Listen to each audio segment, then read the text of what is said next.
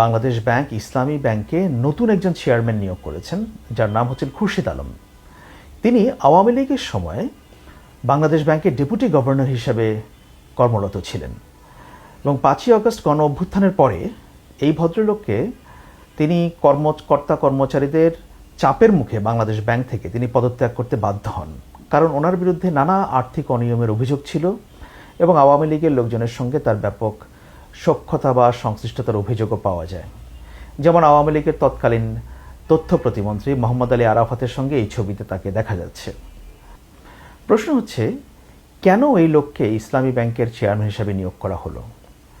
এটার কোনো পরিষ্কার কারণ জানা যাচ্ছে না, তবে অনেক কিছু অনুমান করা যায়। এই অর্থে, যেহেতু এস আলম ইসলামী ব্যাংকের এখনও সবচেয়ে বেশি শেয়ার হোল্ডার, কন্ট্রোল করে তারা, সুতরাং এই ভদ্রলোক যেহেতু বিগত রেজিমের সঙ্গে তার একটা সখ্য ছিল, এখন তিনি এই ইসলামী ব্যাংকে ফিরে এস আলমের স্বার্থ রক্ষা করতে পারবেন কিনা বা করবেন কিনা, এটা নিয়ে একটা বড় উদ্বেগ তৈরি হয়েছে।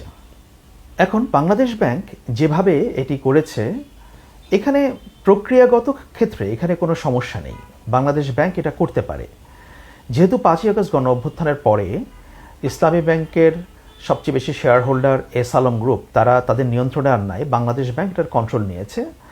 নর্মালি যেটা হয়, ব্যাংকের যে বোর্ড অফ ডিরেক্টরস তারা চেয়ারম্যান নিয়োগ করে, বাট এখানে তারা যে একেবারে পুরোপুরি স্বাধীন, ব্যাপারটা তাও না। তারা যাকে চেয়ারম্যান হিসেবে নমিনেট করবে, এটি আবার বাংলাদেশ ব্যাংক থেকে অনুমোদন নিতে হয়। তো এখন যেহেতু ব্যাংকটি বাংলাদেশ ব্যাংকের তত্ত্বাবধানেই আছে, সেহেতু বাংলাদেশ ব্যাংক এখানে চেয়ারম্যান নিয়োগ করেছে। সুতরাং এখানে প্রক্রিয়াগত দিক থেকে কোনো অসুবিধা নেই। সমস্যা হচ্ছে যে ব্যক্তিটাকে নিয়োগ করা হয়েছে তাকে নিয়ে যে বিতর্ক আছে সেটা নিয়ে। এরকম যার বিরুদ্ধে দুর্নীতির অভিযোগ রয়েছে, নানা অনিয়মের অভিযোগ রয়েছে এবং আওয়ামী লীগের লোকজনের সঙ্গে সম্পৃক্ততার অভিযোগ রয়েছে, তাকে কেন ইসলামী ব্যাংকের চেয়ারম্যান হিসেবে নিয়োগ করতে হবে? এখানেই হচ্ছে প্রশ্নটা। এই জন্যই অনেকে ধারণা করছেন যে ইসলামী ব্যাংকে হয়তো এস আলমের প্রভাব বা কর্তৃত্ব আবার ফিরিয়ে আনার জন্যই এটি করা হয়েছে। এই জন্যই ঝামেলা। যেমন ধরুন, এখানে যদি অন্য কোনো ব্যক্তিকে নিয়োগ করা হতো যার বিরুদ্ধে সেরকম অনিয়ম বা দুর্নীতির অভিযোগ নেই, একজন ক্লিন ইমেজের মানুষ, তাহলে কিন্তু এই প্রশ্নটা উঠত না। যেমন এই তো 2 দিন আগেই বাংলাদেশ কৃষি ব্যাংকের চেয়ারম্যান হিসেবে নিয়োগ করা হয়েছে ব্যাংকার নুরুল আমিনকে। খুবই এক্সপেরিয়েন্সড একজন লোক, তিনি প্রায় 43 বছর ব্যাংকিং সেক্টরের সঙ্গে জড়িত। একসময় বেসরকারি এনসিসি ব্যাংকের তিনি এমডি ছিলেন, পরে মেঘনা ব্যাংকের সিইও হয়েছেন। সো তার একটা দীর্ঘ এক্সপিরিয়েন্স আছে এবং ওনাকে নিয়ে কিন্তু সেরকম কোনো বিতর্ক নেই। সুতরাং এই নিয়োগ নিয়ে কেউ প্রশ্নও তুলছেন না।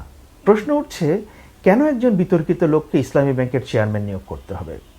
আর এস আলম গ্রুপকে ফিরিয়ে আনা বা তাদেরকে পুনর্বাসন করার উদ্যোগ, এটা নিয়ে যে নানা প্রশ্ন উঠছে, এটা একেবারে যে অমূলক সে কথাও বলা যাবে না। আপনারা জানেন যে এস আলম গ্রুপের সঙ্গে বর্তমান সরকারের কোনো মন্ত্রীর বেশ ভালো খাতির রয়েছে এবং তারা সেই উদ্যোগের পেছনে রয়েছেন কিনা এটিই কিন্তু ভেবে দেখার দরকার আছে। এখন বাংলাদেশ ব্যাংক এই পরিস্থিতিটাকে কি করবে, কেন তারা খামোখা একটা বিতর্কের মধ্যে জড়াচ্ছে, এটা আমি বুঝতে পারছি না। সুতরাং যতক্ষণ না পর্যন্ত বাংলাদেশ ব্যাংক এই বিষয়টাকে ক্লিয়ার করবে যে কেন তারা এই ধরনের একটা স্টেপ নিয়েছে, ততক্ষণ পর্যন্ত এই সন্দেহগুলো দানা বাঁধতেই থাকবে।